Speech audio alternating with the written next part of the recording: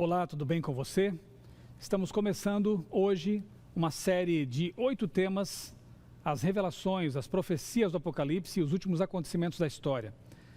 Neste momento nós temos igrejas conectadas conosco na Austrália, Estados Unidos, Europa, e queremos estender um abraço a vocês também, a todos vocês que estão nos acompanhando nessa série e que vão depois assistir também as gravações dessa série especial sobre Apocalipse.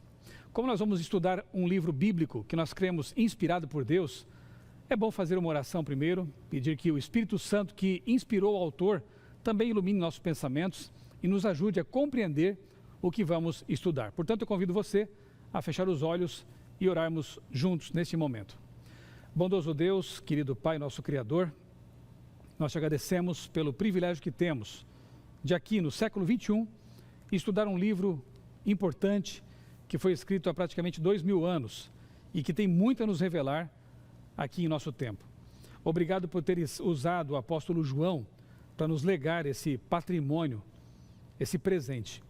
Neste momento, ó Pai, te pedimos que teu Santo Espírito nos ajude a compreender a mensagem e que possamos colocar em prática em nossa vida pelo teu poder. É o que nós pedimos e agradecemos em nome do Senhor Jesus. Amém. Muito bem, amigo, eu quero começar contando para você um pouco da minha experiência com o Apocalipse. Isso já vai longe.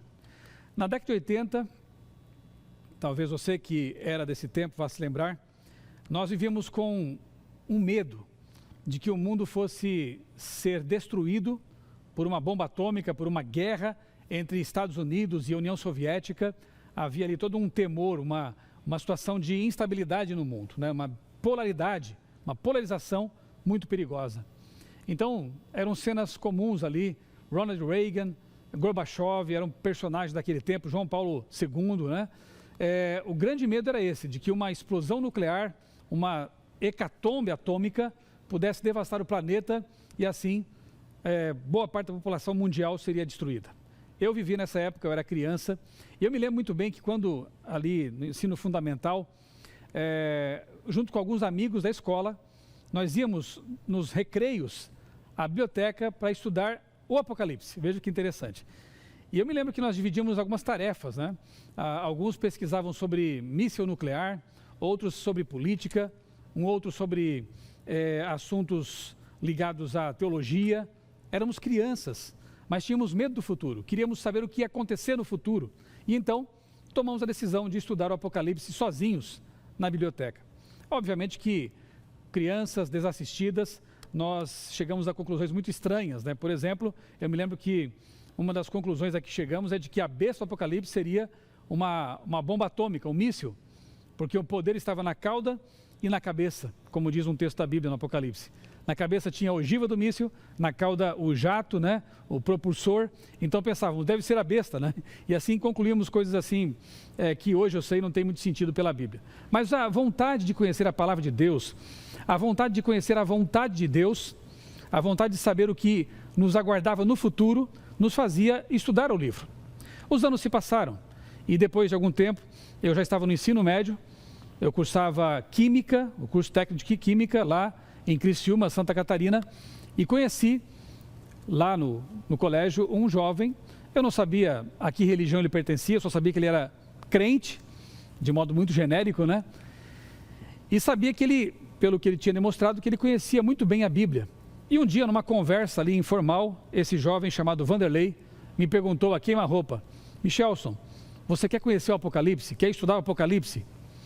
Eu confesso para você que eu tinha preconceito, talvez a resposta fosse não de imediato, porque eu não queria estudar com um crente, né? Tinha lá meus preconceitos, como eu disse, mas aquela pergunta me fez voltar no tempo, lembrar do tempo do ensino fundamental, quando com meus coleguinhas de classe, nós estudávamos o Apocalipse. E eu me lembro que eu queria muito conhecer essa profecia, essas profecias, eu queria saber o que me aguardava no futuro. E eu disse sim para aquela pergunta. E foi um sim muito importante. Ele começou a mudar a minha vida. E estudar o Apocalipse para mim foi algo determinante. Aí está o Vanderlei, né, esse jovem que eu disse, me ajudou a conhecer esse livro maravilhoso do Apocalipse. E aí começou uma aventura, né, na minha vida. Estudar o Apocalipse, estudar a palavra de Deus. Foram quase 3 anos de de pesquisas, de lutas, de mudanças de paradigmas, mas valeu muito a pena. Por que eu te conto isso logo no começo dessa série que é composta por 8 temas? Porque quem está falando para você nesse momento é alguém que passou pela experiência de mergulhar nesse livro. E alguém que teve a vida transformada por Jesus justamente a partir da leitura e do estudo desse livro. Então, aquilo que aconteceu comigo há quase 30 anos, eu quero oferecer para você também, meu amigo, minha amiga, que está acompanhando e vai acompanhar essa série. Todos os domingos, neste canal, nós teremos aqui estudos. Serão 8 temas, como eu disse, estudos do Apocalipse. Em seguida, esse vídeo ficará disponível, gravado, em meu canal, Michelson Borges, no YouTube, e em outros canais também de igrejas que estão acompanhando, participando dessa programação evangelística a partir daqui do NASP Campus São Paulo. Eu quero convidar você, então, a me acompanhar nesse estudo maravilhoso e permitir que Deus fale com você por meio desse estudo. Primeiramente, é bom esclarecer que o livro do Apocalipse, essa palavra Apocalipse, nada mais é do que revelação, tanto que em inglês é revelation, né? É a revelação de Deus para os seres humanos. Apo, revelar, calipsis, ocultar. Portanto, revelar aquilo que está oculto. Deus quer se revelar para você. O Apocalipse foi escrito numa cultura judaica, tanto é que costuma-se dizer que o Apocalipse, Novo Testamento, é o livro mais judaico da Bíblia, do Novo Testamento. Tanto que João, ele se apropria de várias figuras, você vai perceber isso ao longo da série, várias figuras, vários elementos, esse background judaico está muito presente no Apocalipse. De modo que é muito útil estudar também o Antigo Testamento para compreender o Apocalipse, o último livro da Bíblia. Na literatura judaica era muito comum escreverem textos numa estrutura chamada de quiástica ou quiasma. Você vê na tela aí a estrutura quiástica do Apocalipse. O que é um quiasma? Ali está. O A, no comecinho da lista, corresponde ao A1 do fim da lista. O B ao B1, o C ao C1 e assim por diante. Então, as extremidades desse texto, elas são correspondentes. E à medida que você se aproxima do centro do texto, você vê também essas correspondências. De modo que, quando o autor queria enfatizar alguma coisa, ele colocava o mais importante justamente no centro do quiasma. E é interessante porque se você analisar o prefácio, né, o prólogo do Apocalipse, você vê correspondência com o epílogo, A1 com A. Se você ler ali o bloco B, promessas para o vencedor, você vê que no B1, o cumprimento das promessas para o vencedor, correspondência. Você vai ao C, ao bloco C, e lá estão os capítulos e versículos correspondentes, a obra de Deus pela salvação da humanidade. Você vê que no C1, a obra de Deus pela salvação está completa. D, a ira e a misericórdia de Deus atuando juntas. D1, a ira final de Deus sem misericórdia. E, comissionamento de João para pregar. E1, a igreja proclama o evangelho nos últimos dias. E aí chegamos ao âmago do Apocalipse, que é justamente ali onde estão os capítulos 11, 19 até 13 e 18, o grande conflito. Nós vamos estudar esse assunto daqui a alguns domingos, né? Quando chegaremos ali a esse bloco central do Apocalipse, que revela o grande conflito cósmico entre o bem e o mal. Portanto, se eu pudesse dizer para você, olha, a essência do Apocalipse é a seguinte, o quiasma revela isso, é o conflito entre o bem e o mal e a certeza de que no fim o bem vence. O cordeiro é vencedor sobre o dragão. Só para você ter uma ideia, então, da estrutura literária do Apocalipse, né? Mas eu dividi essa nossa série em 8 blocos, mais ou menos lógicos ali. Fiz a minha divisão para ficar mais fácil, né, de a gente ir avançando pelos assuntos aqui do livro. Então, temos o seguinte. Hoje, veremos as 7 cartas misteriosas, capítulos 1 a 3. Domingo que vem, você não pode perder, 20 horas, aqui neste canal, o QG do Universo, capítulos 4 e 5. No outro domingo, nós vamos ver o tema 3, os selos, as trombetas e os 144 mil selados. Que grupo é esse especial que aparece no Apocalipse? Veremos lá, 6 a 9. 4, o livrinho selado e a besta do abismo, capítulos 10 e 11. 5, a mulher, o dragão e as bestas, capítulos 12 a 14. 6, a mensagem dos 3 anjos e as 7 últimas pragas, 14 a 16. 7, o penúltimo estudo, a prostituta e a queda de Babilônia, 17 e 18.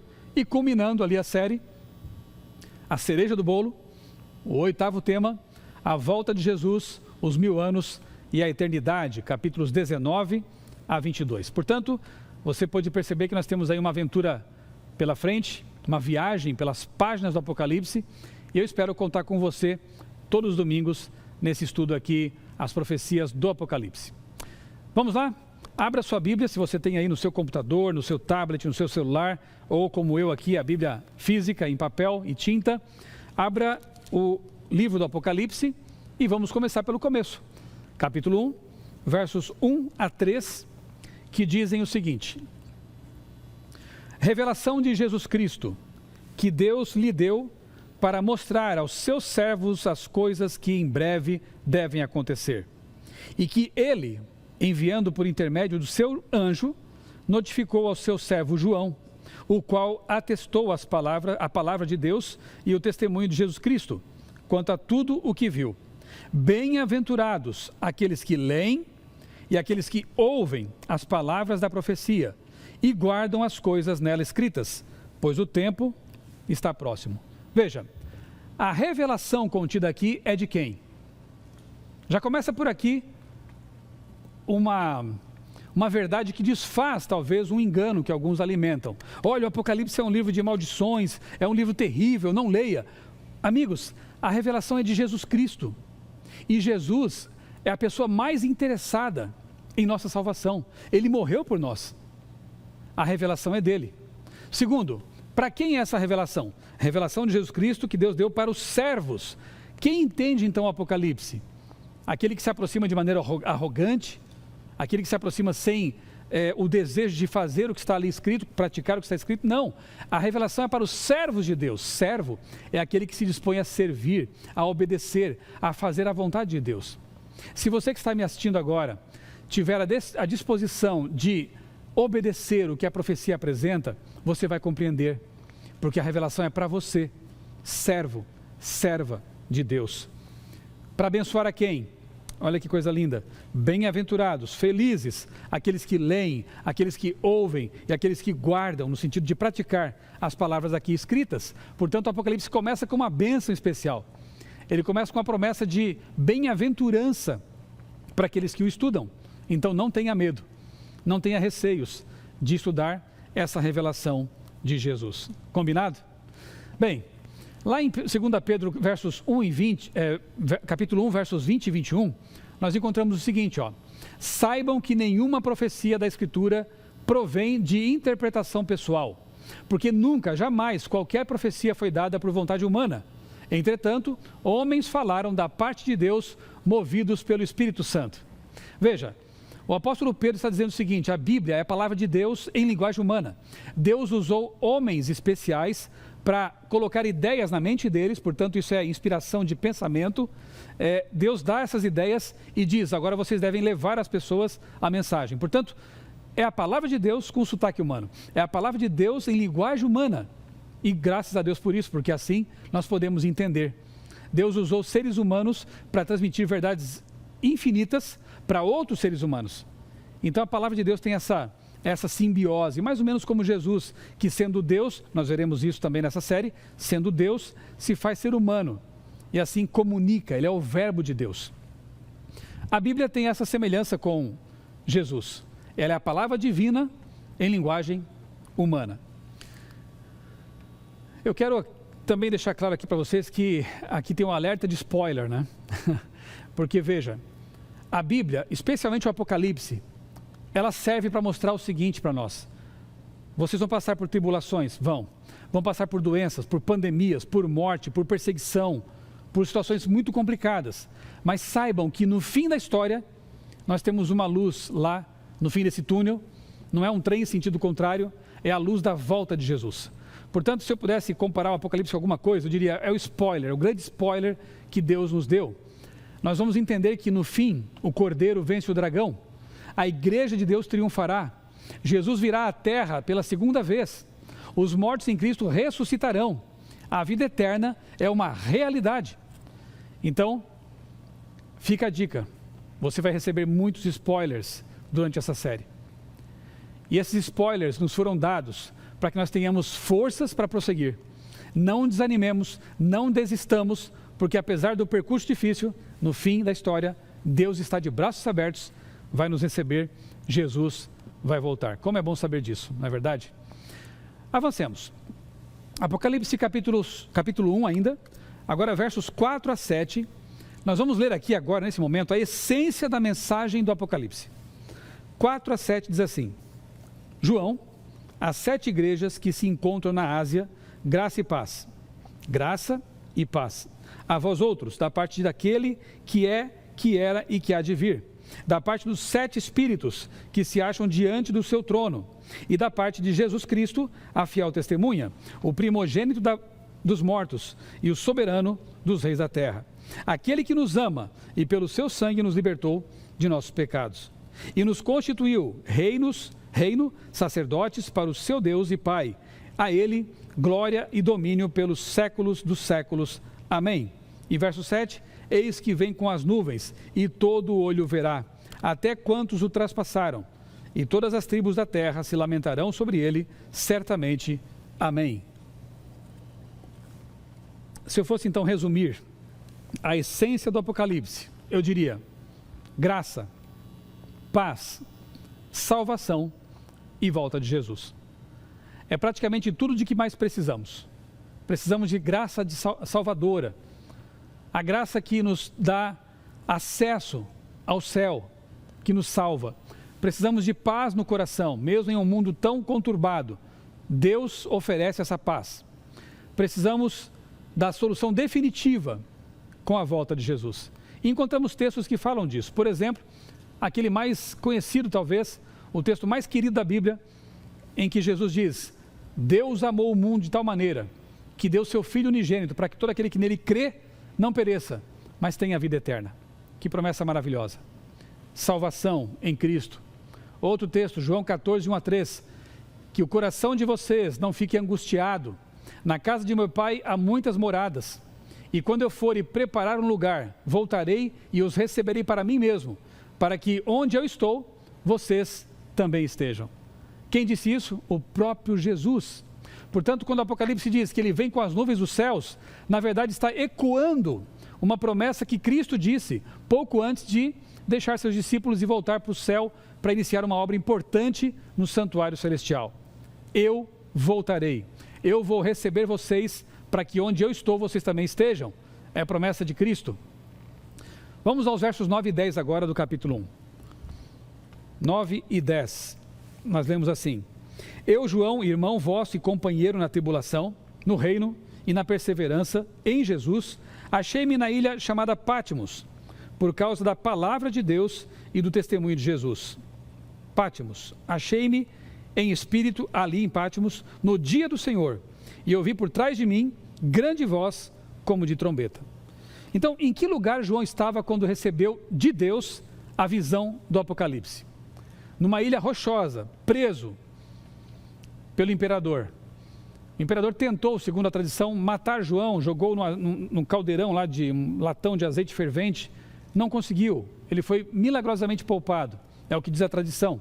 Então o imperador, as autoridades políticas o isolaram naquela ilha para que ele pudesse morrer por lá mesmo. Depois ele acabou sendo solto, foi morar em Éfeso e lá escreveu seu evangelho, por exemplo. João foi o último discípulo a morrer de morte morrida, na verdade, porque os demais amigos dele estavam todos mortos, foram martirizados, foram assassinados. João permaneceu, estava ali já com idade bem avançada, preso nesta ilha rochosa do mar Egeu, chamada Patmos. O texto diz que no dia do Senhor, João foi tomado em visão profética. Que dia do Senhor é esse? Ora, não é difícil de a gente entender que o dia do Senhor é aquele que Jesus disse, que ele falou dele mesmo, né? Eu sou o Senhor do sábado. Portanto, é interessante notar que a visão do Apocalipse foi concedida a João num dia muito especial, no dia que celebra a criação do mundo, o Santo Sábado. Esse dia também alguns teólogos associam com o dia escatológico, né? O dia do Senhor quando ele virá. Enfim, o fato é que num dia muito especial, João recebe essa revelação. Marcos 2:28, o Filho do Homem é Senhor também do sábado. Gênesis 2, 2 a 3, havendo Deus terminado no sétimo dia a sua obra que tinha feito, descansou nesse dia, no sétimo, de toda a obra que tinha feito. E Deus abençoou o sétimo dia, o santificou, porque nele descansou de toda a obra que como Criador tinha feito. E o mandamento, lá nos 10 mandamentos, é só você ler em Êxodo capítulo 20, nos versos 8 a 11 encontramos: lembra-te do dia do sábado para o santificar, porque em 6 dias o Senhor fez os céus, a terra, o mar e tudo o que neles há. E ao sétimo dia descansou, por isso o Senhor abençoou o dia de sábado e o santificou. João estava preso, mas o Criador do universo apareceu para ele no dia da criação, no sábado, para revelar verdades tremendamente importantes. João capítulo 1, depois João vai registrar isso no seu evangelho.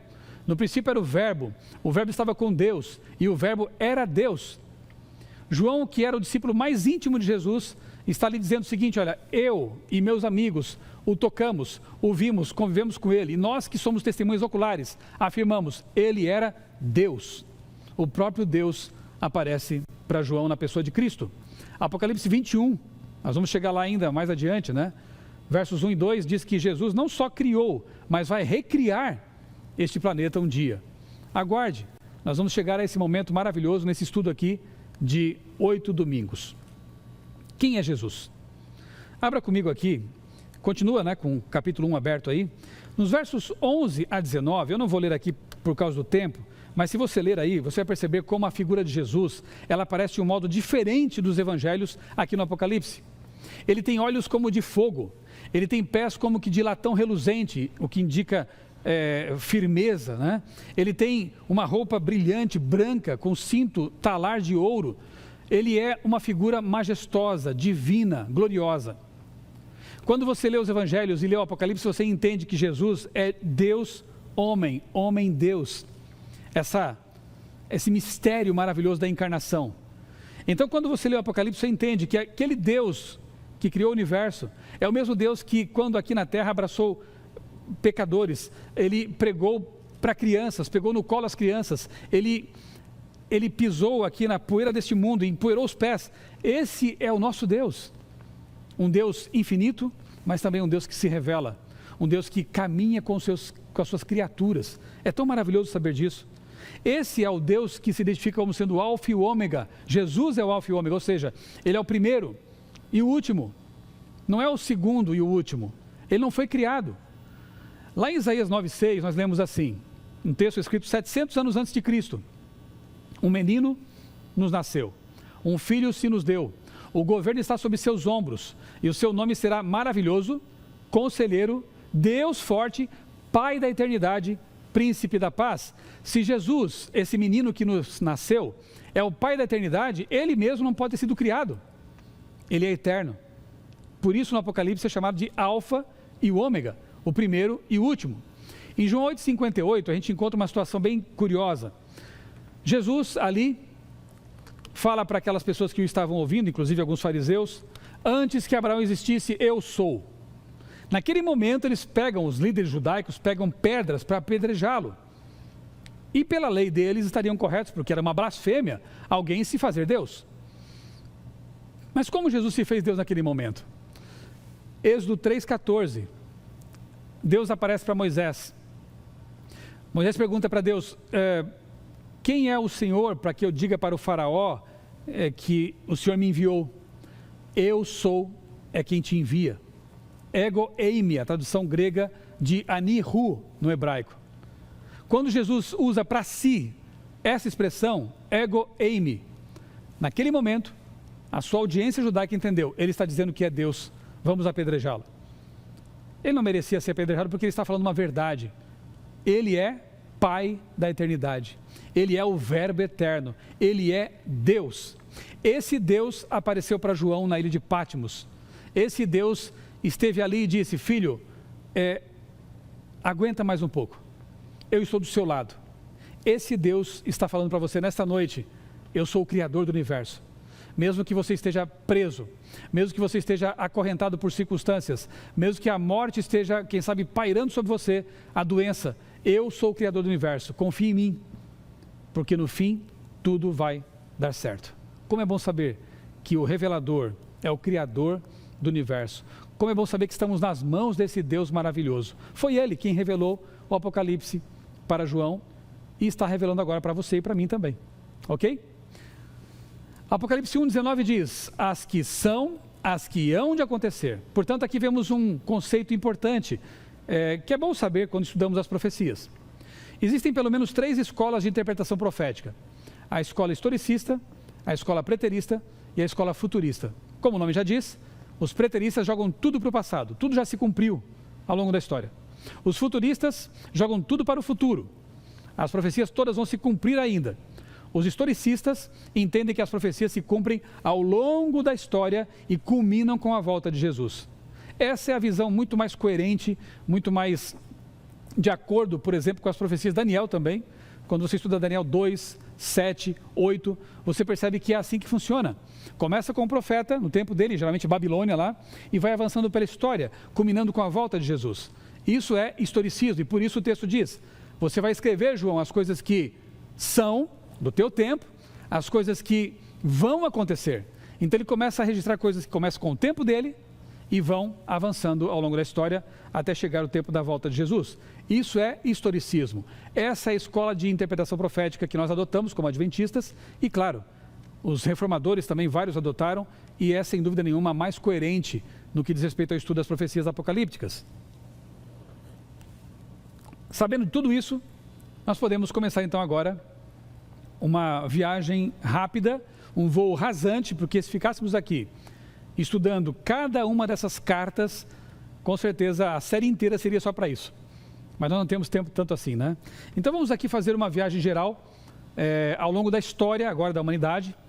São 7 cartas escritas às 7 igrejas que havia naquele tempo de João. Igreja de Éfeso, Esmirna, Pérgamo, Tiatira, Sardes, Filadélfia e Laodiceia.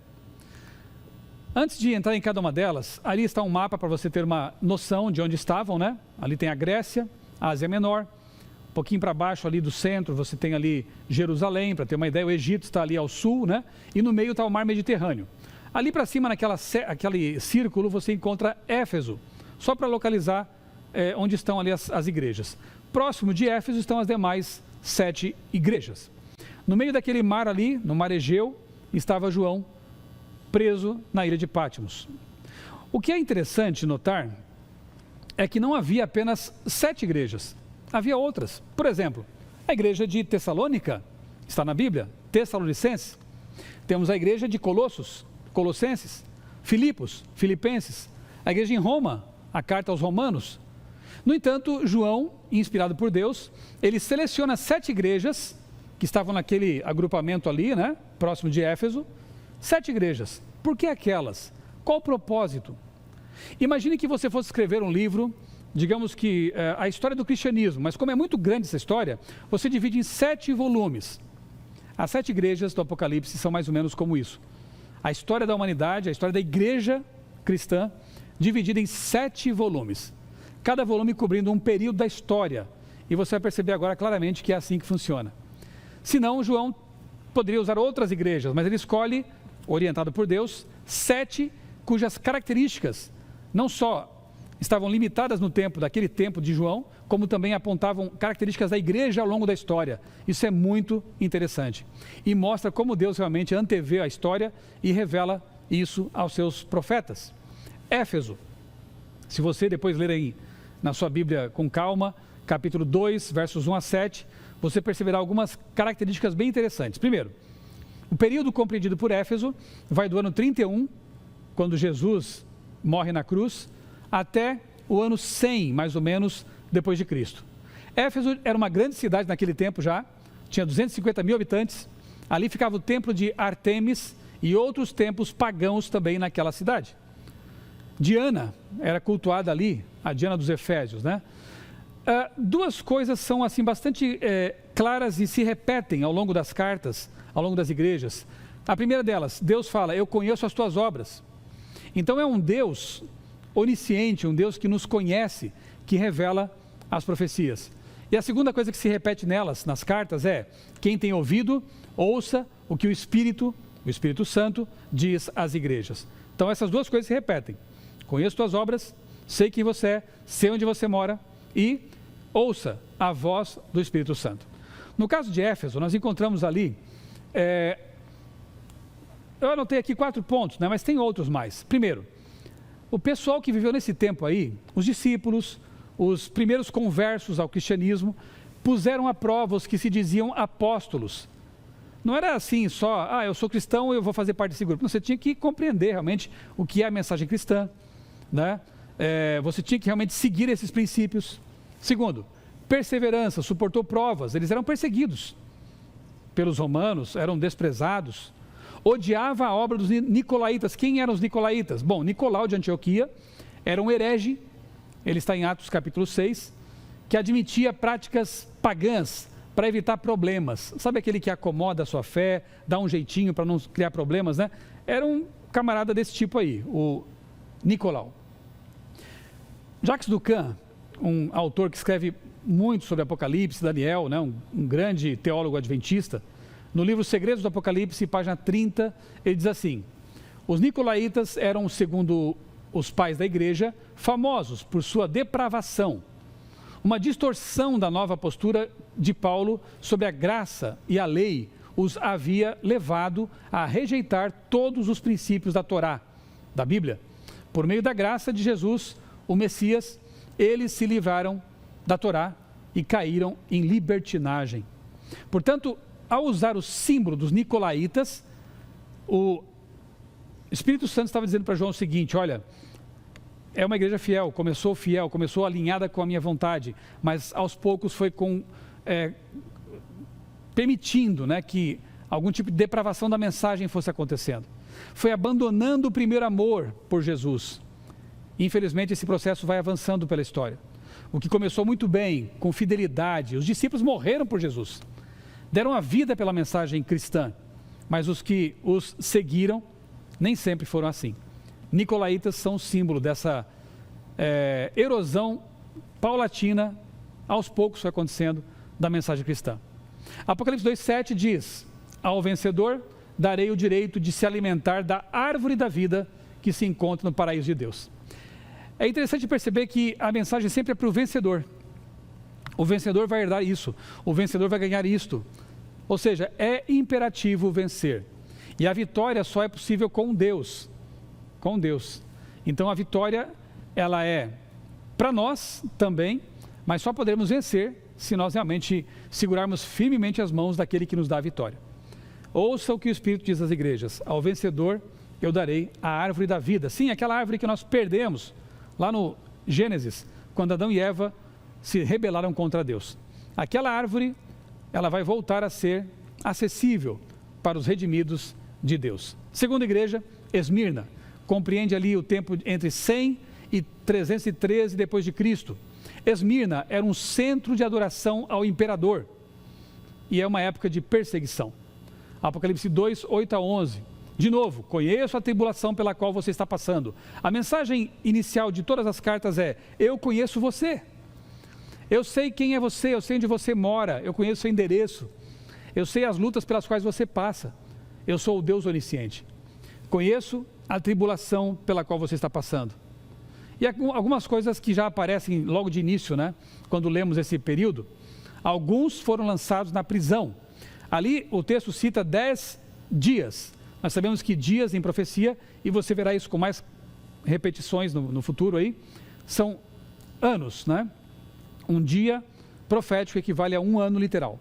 Então são 10 anos de perseguição que os teólogos colocam entre 303 e 313, quando Diocleciano, o imperador, ele mandava prender, matar, jogava nas arenas os cristãos, eram morridos queimados, devorados por feras. Foi esse período aí. Quem não adorava o imperador, perdia o emprego ou até a vida. Tribulação de 10 dias, como eu disse. Ser fiel até a morte, e eu lhe darei a coroa da vida. Porque esse foi um período de perseguição terrível. Muitos e muitos morreram, deram a vida pelo Evangelho, deram a vida por Jesus. E a promessa é: seja fiel até a morte, e você vai receber a coroa. Você vai ser salvo. Quem tem ouvidos, ouça o que o Espírito diz às igrejas. O que ele diz para esse período? O vencedor, de modo nenhum, sofrerá o dano da segunda morte. Por que essa promessa foi importante para eles? Porque o dano da primeira morte aconteceu muitas vezes. Porque muitos cristãos perderam a vida. Só que a vida eterna lhes estava garantida. Então, aqui a promessa é, olha, você não vai perder a segunda. Você não vai sofrer a segunda morte. Porque a primeira morte é a morte, digamos assim, comum, pela qual todos passam, seres humanos após o pecado. Dormem no pó da terra, ficam inconscientes até a volta de Jesus. Ressurreição para a vida eterna ou para a destruição eterna. Para não mais existir. Nós vamos ver esse assunto com mais calma depois também. Então, essas são as duas opções, vida eterna ou não mais existir. A promessa para esses cristãos que perderam a vida na primeira morte é, você não vai passar pela segunda morte, você vai viver para sempre, como meu redimido. Como era bom ouvir isso, imagina naquele tempo, de saber que a vida eterna estava garantida. Pérgamo, 313 a 538 depois de Cristo. Pérgamo era um centro político e intelectual. Ali havia um altar a Zeus, a principal divindade dos gregos. Apocalipse 2, 12 a 17. Conheço onde você mora. Sempre isso aparece. E como é bom ouvir isso. Eu conheço você. Eu sei quem é você. E aí, alguns pontos que se destacam nessa leitura correspondente a Pérgamo. Conservavam o nome de Cristo, ainda eram cristãos. Não haviam negado a fé, mas mantinham a doutrina de Balaão. Lembra de Balaão? Aquele profeta que levou os israelitas ao pecado? Quando fala em Balaão, a gente lembra de prostituição com as moabitas e idolatria, está lá em Números 31, 16. Interessante que em 321 depois de Cristo, nesse período aí, começa a adoção do domingo como dia de repouso. E o domingo é o dia do sol, os pagãos adoravam o deus sol nesse período aí, né?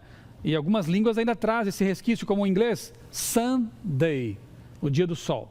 Foi nesse período que a igreja começa a se corromper, se paganizar. E Balaão, que não mais existia, obviamente, é trazido como um símbolo dessa apostasia, dessa prostituição espiritual. Tinham também os nicolaítas, já falamos sobre eles. Então era um período muito complicado realmente, né? Quem tem ouvidos, ouça o que o Espírito diz às igrejas. Diz o quê? Ao vencedor, darei do maná escondido. Também lhe darei uma pedrinha branca, e sobre essa pedrinha um novo nome escrito.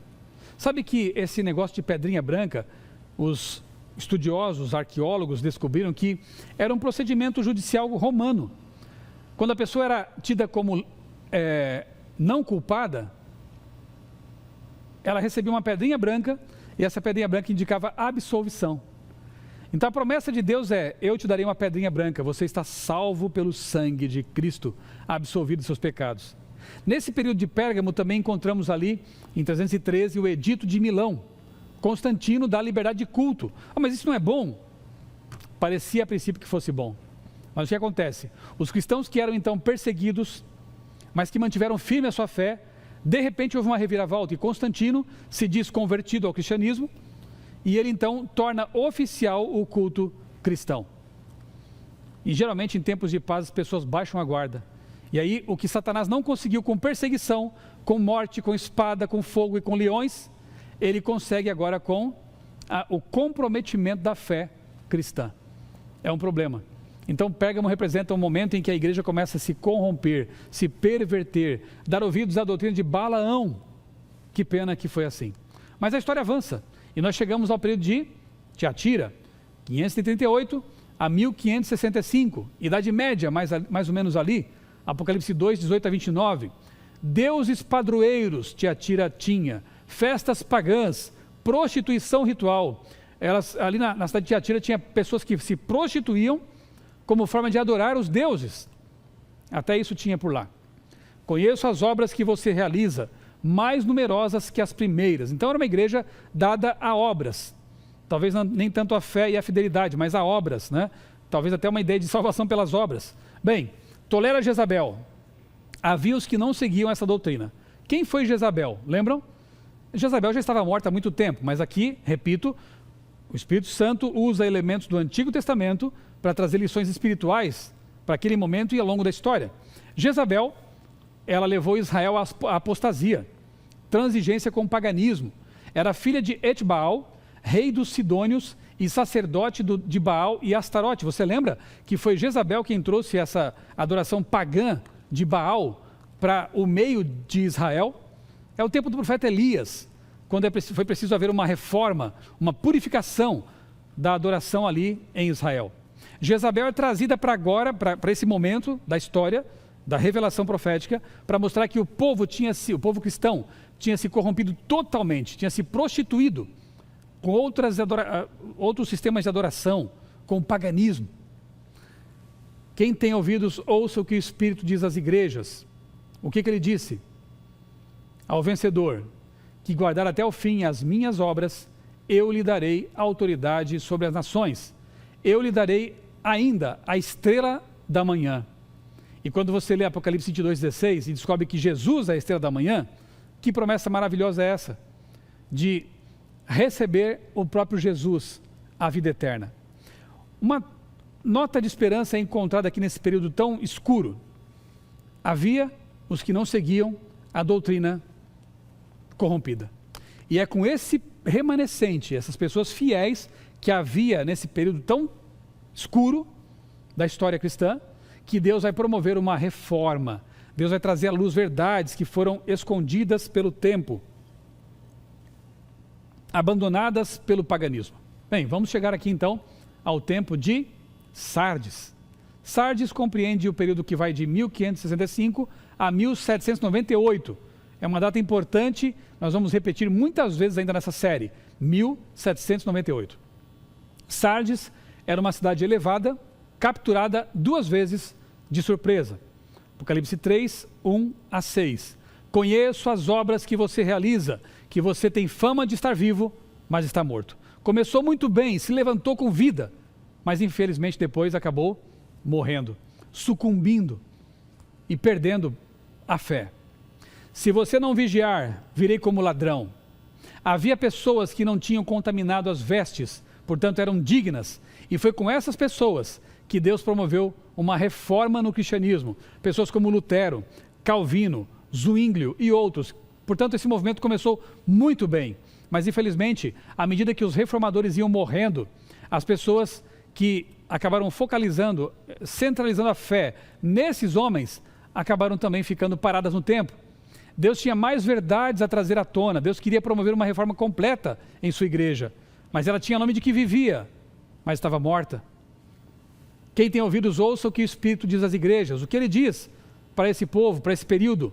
O vencedor será assim vestido de branco, e de modo nenhum apagarei seu nome do livro da vida. Que promessa maravilhosa, não é verdade? O vencedor terá o nome no livro da vida. Vai receber vestes brancas que representam a purificação que Cristo oferece àqueles que o aceitam como Salvador. Avançamos na história, chegamos a Filadélfia. Apocalipse 3, 7 a 13. 1798 a 1844. Filadélfia era uma cidade localizada na estrada imperial. Havia muitas conexões ali, correios, né? Era uma cidade numa espécie de entroncamento, né? E era acessível. Bem, isso revela algumas coisas também interessantes. Conheço as obras que você realiza. Eis que tenho posto diante de você, uma porta aberta, a qual ninguém pode fechar. Alguns teólogos entendem que pode ser uma referência ao santuário celestial, que é justamente nesse momento que vai ser estudada mais a fundo essa doutrina do santuário. A porta do céu, a porta do santuário aberta. Tem pouca força, mas guardou a palavra. Era uma igreja fraquinha, uma igreja com poucos recursos, era um grupo pequeno, era um remanescente, mas foi fiel à palavra de Deus.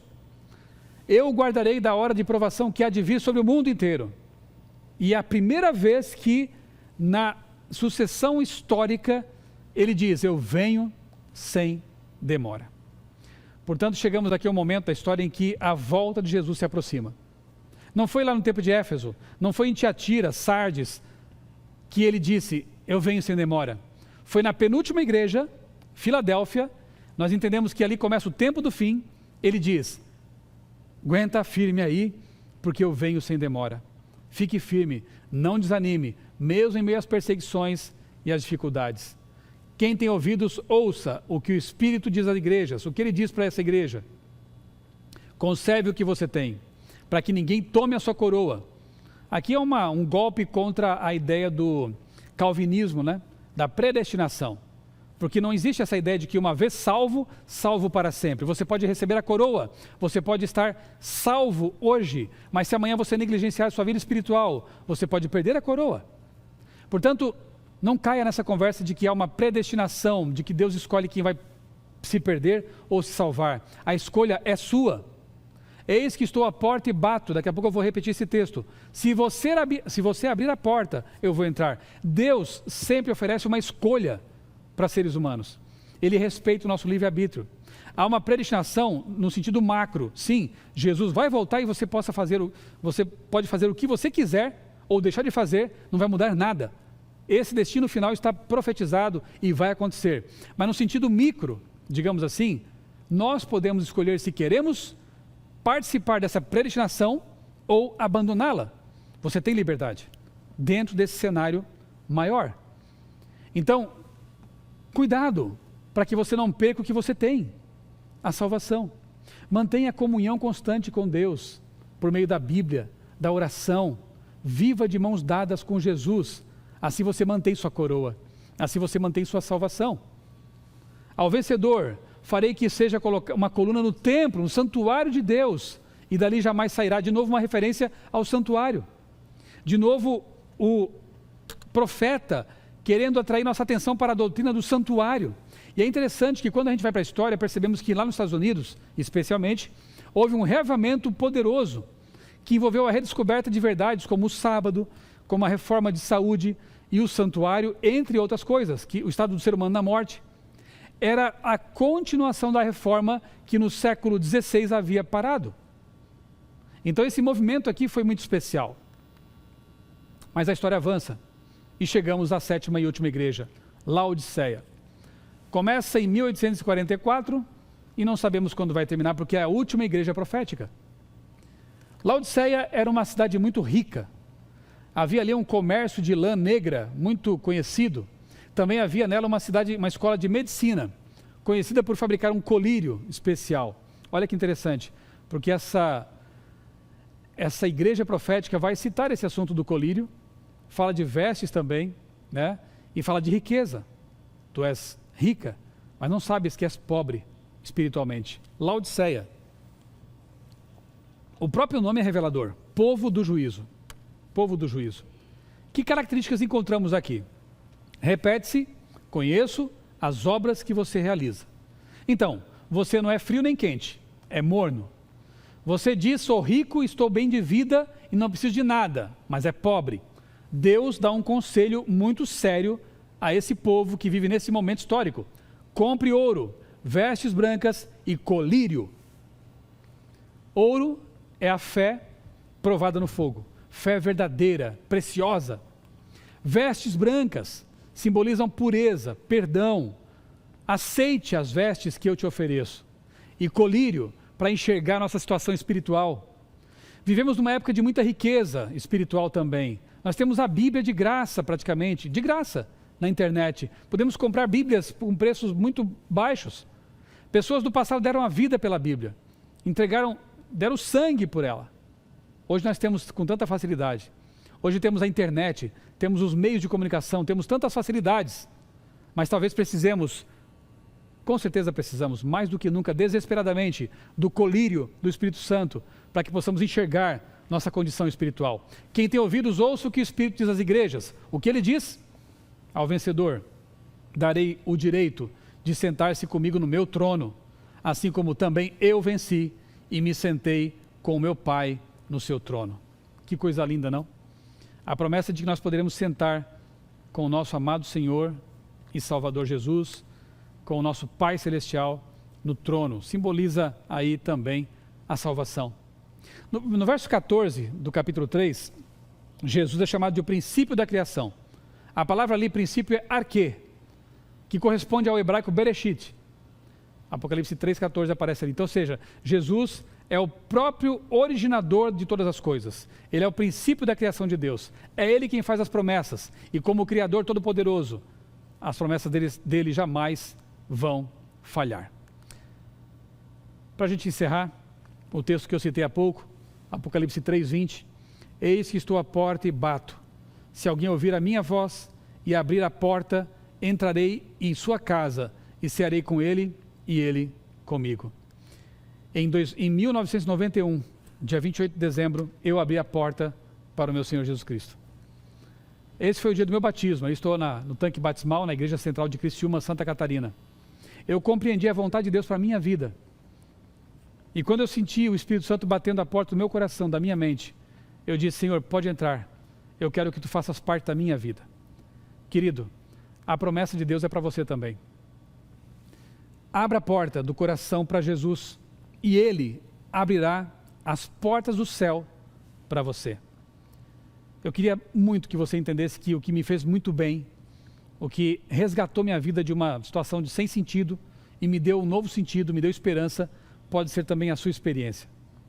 Se nesta noite você sentiu o Espírito Santo batendo na sua mente, se você sentiu Jesus dizendo: filho, abra a sua vida para mim, eu quero entrar, eu quero fazer morada aí com você, eu quero habitar na sua casa, na sua mente, na sua vida, não demore, abra o coração, permita que Jesus, Ele faça morada aí em seu coração, na sua vida, na sua mente.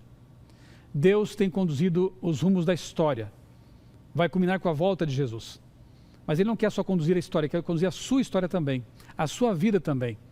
E eu espero que essa série possa ajudar você a entender qual a vontade de Deus para a sua vida e que você coloque a sua vida alinhada com essa vontade. Vamos orar nesse momento? Amado Deus, bondoso Pai, muito obrigado pelas profecias bíblicas que nos mostram o Teu poder conduzindo os rumos da história. Muito obrigado, Senhor, porque nas profecias encontramos a certeza de que tudo está se cumprindo exatamente como foi anunciado e, portanto, podemos confiar na Bíblia, podemos confiar em Ti. Mas mais do que isso, Senhor, nós queremos abrir a nossa vida, a nossa mente, o nosso coração para Jesus. Que Ele possa fazer morada ali, transformar o que tem que ser transformado, nos encher de esperança e de certeza de que em breve estaremos com Ele para sempre, quando Jesus voltar. Por favor, Senhor, abençoa essas pessoas que me acompanharam nesta palestra e que estarão conosco ao longo dessa série de mais 7 temas sobre Apocalipse. Abençoa cada um, Senhor, para que essas pessoas permaneçam firmes com esse propósito. É o que eu te peço agradecido. Em nome do Senhor Jesus. Amém. Um grande abraço para você. Não se esqueça, próximo domingo, às 20 horas, aqui neste canal, o NASP, São Paulo, Igreja UNASP SP, você terá o segundo tema da série Profecias do Apocalipse. Fique com Deus e até lá.